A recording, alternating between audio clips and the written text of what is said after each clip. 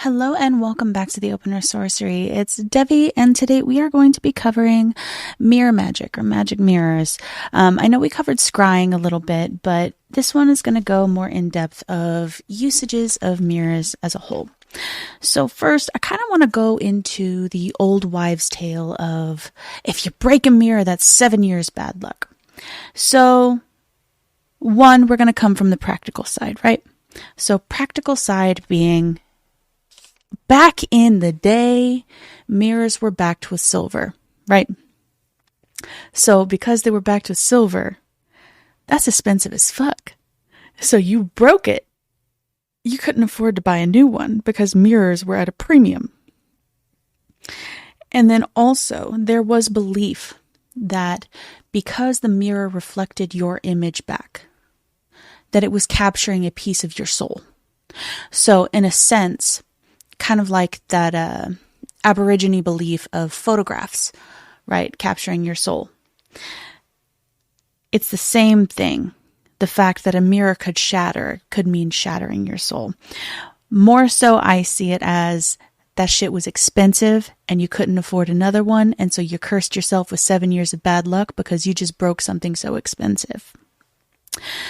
Next, we're going to go over the scrying aspect, and we touched on that previously. So scrying on mirrors is an easier form than using water, because with water you have to wait for it to be still. You have to look into the reflection and see what's coming back at you, but at any time if you accidentally touch the water, it could ripple, and then you have to wait for it to still again. Mirrors obviously don't ripple like that. And black mirrors especially, they're not showing you like a full reflection. So you're able to more concentrate on what you're seeing in the mirror itself versus looking at your eyeballs.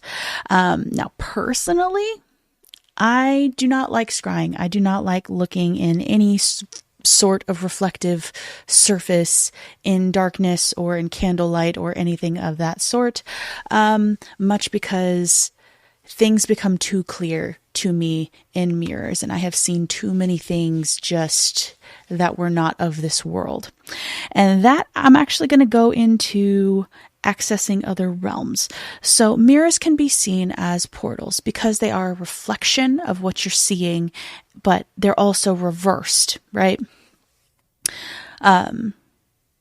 Because of that, it is seen as a portal to another dimension, or it can be used as a portal, which is one of the reasons why I will always suggest warding any mirrors in your home and using just a simple protective ward. And we will go over like simple sigils and everything in another video. But even if you want to just use the rune of protection in terms of the Elder Futhark runes, the rune of protection, go for that one.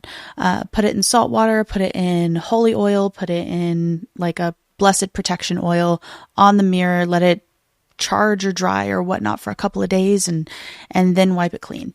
But it's in there, it's protected, it's warded. But yes, there's also the belief of them accessing other realms, allowing energy to pass through or refract.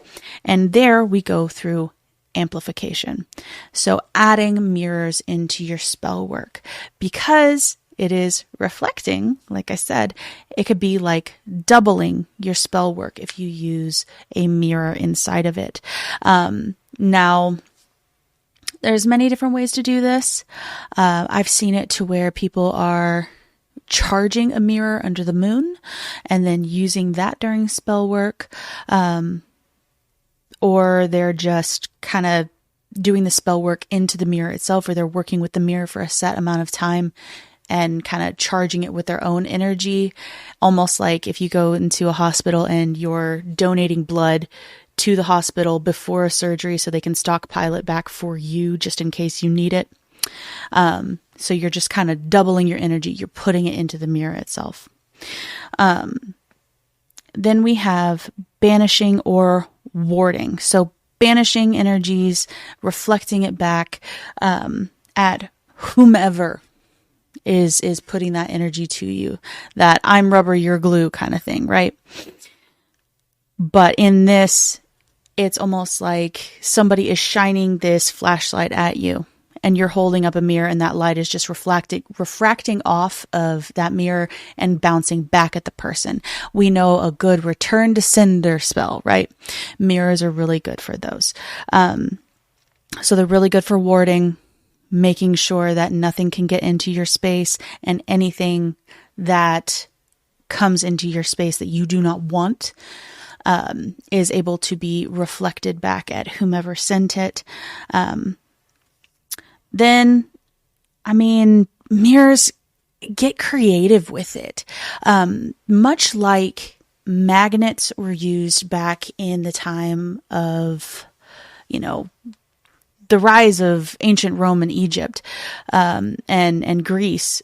Magnets were used because they became like a popular thing to do, which I love the idea of magnets. I love that so much. But get creative with it. Anything that you can think of to use a mirror, your imagination is your limit. So very simple, very, very simple. If there are any questions, please let me know.